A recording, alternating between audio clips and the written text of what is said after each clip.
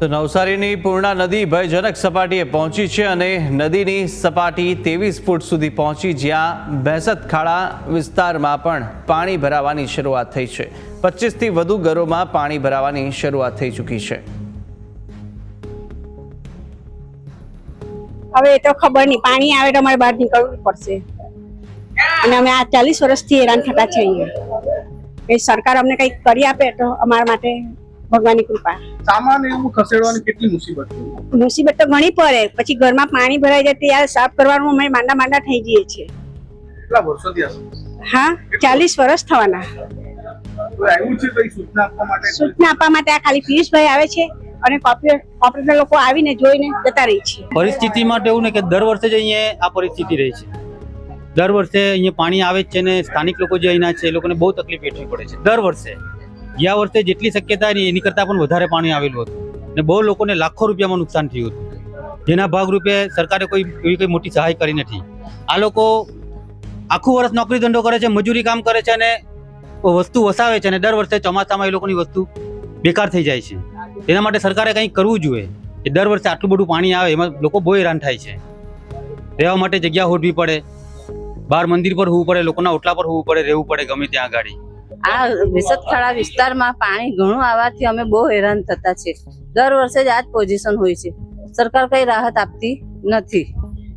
કેવી મુશ્કેલીઓ? બહુ મુશ્કેલી આવે છે, બધા પોટલા કપડા વગેરે વાસણ બધું બગડી જાય છે। દર વર્ષે આ જ પોઝિશનમાં અમે હોઈએ છીએ। અમને ખાવાની તકલીફ પડી જતી છે। ઘરમાં અનાજ બળેલું હોય છે તે બધું વિખરાઈ જાય છે। મહાનગરપાલિકામાં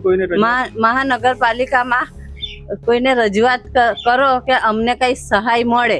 કેટલા વર્ષોથી હેરાન થયા? અમે 15 વર્ષથી હેરાન થયા છે। મેં 15 વર્ષથી ઘર લીધું છે, હજુ કઈ ચડાયું નથી, બધું નીચે જ છે। હજુ બાબો હજુ આવ્યો નથી, એટલે આજની રાત કઈ રીતે કાઢીએ તે જ મુસીબતમાં છે અમે। નવસારી જિલ્લા તેમજ ઉપરવાસમાં પડેલા વરસાદને પગલે પૂર્ણા નદી પોતાની ભયજનક સપાટી ઉપર પહોંચી ગઈ છે, જેને લઈને પૂર્ણા નદીના પાણી શહેરના નીચાણવાળા વિસ્તારોમાં ભરાવવાની શરૂઆત થઈ છે। આ જે વિસ્તાર છે તે નવસારીનો બેસતખાડા વિસ્તાર છે કે તમે દ્રશ્યમાં જોઈ શકો છો કે આ વિસ્તારમાં પાણી ભરાયા છે। ખાસ કરીને 30 જેટલા પરિવારો આ વિસ્તારમાં છે કે જ્યાં ઘરોમાં પાણી ભરાવાની શરૂઆત થઈ છે। ખાસ કરીને સતત વરસાદ વરસી રહ્યો છે ઉપરવાસમાં, જેને લઈને નદીનું જળસ્તર વધી રહ્યું છે અને આ વિસ્તારમાં પાણી ભરાઈ રહ્યું છે। નવસારી શહેરના 15 જેટલા નીચાણવાળા એવા વિસ્તારો છે કે જ્યાં ભયજનક સપાટી પૂર્ણા નદી વટાવતા પાણી ભરાવાની શરૂઆત થઈ છે। આપણી સાથે માજી નગરસેવક પિયુષભાઈ છે, આપણે એમની જોડે વાત કરીશું। કયા પ્રકારની પરિસ્થિતિ આ વિસ્તારમાં? આ બેસતખાડા જે વિસ્તાર છે તે શહેરનો નીચાણવાળો વિસ્તાર છે। માત્ર 23 ફૂટ પૂર્ણા નદીની સપાટીમાં જ અહીં 35-40 ઘરોમાં પાણી ભરાવાની શરૂઆત થઈ ગઈ છે, જેના કારણે લોકોમાં ભયનો માહોલ સર્જાયો છે। હજી સુધી પણ તંત્રથી કોઈપણ પ્રકારની આગમચેતી કે સાવચેતી રૂપેના કોઈપણ પ્રકારના પગલાં ન ભરવાના કારણે લોકોમાં અસમંજસતા સર્જાઈ છે કે હજુ કેટલું પાણી વધશે, કે નીચાણવાળા વિસ્તારોએ ક્યાં જવું, ક્યાં શું કરવું। કોઈપણ પ્રકારે અહીં જે અધિકારીઓની જે નિમણૂક મોન્સૂન કામગીરી માટે થઈ હતી તો કોઈ બી અધિકારીઓ અહીં ફરક્યા છે નથી।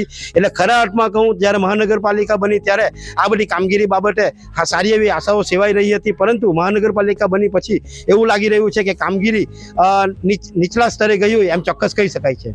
કેટલા વિસ્તારમાં કેટલા પરિવારો રહે છે અને કેટલા પરિવારોને આ પાણીના લીધે નુકસાન થાય છે? આ બેસતખાડા વિસ્તારમાં અમે તો જન્મ્યા ત્યારથી જ આ પાણી ભરાય છે ને જોતા આવ્યા છીએ। 23 ફૂટમાં લગભગ 40-50 ઘર, જેમ જેમ પૂર્ણા નદીની સપાટી વધતી જશે તેમ તેમ બેસતખાડા વિસ્તારમાં લોકોના ઘરોમાં પાણી ભરાવાનું ચાલુ થઈ જશે। 30 ફૂટ સુધી જાય તો લગભગ અમારું 50% બેસતખાડા પાણીમાં ગરકાવ થઈ જાય છે। તો જેમ જેમ નદીનું જળસ્તર વધશે તેમ તેમ આ વિસ્તાર પાણીમાં ગરકાવ બનશે। તંત્ર દ્વારા અહીં કોઈ પણ પ્રકારની સૂચનાઓ આપવામાં આવી નથી। જીગર નાયક, ન્યૂઝ કેપિટલ, નવસારી।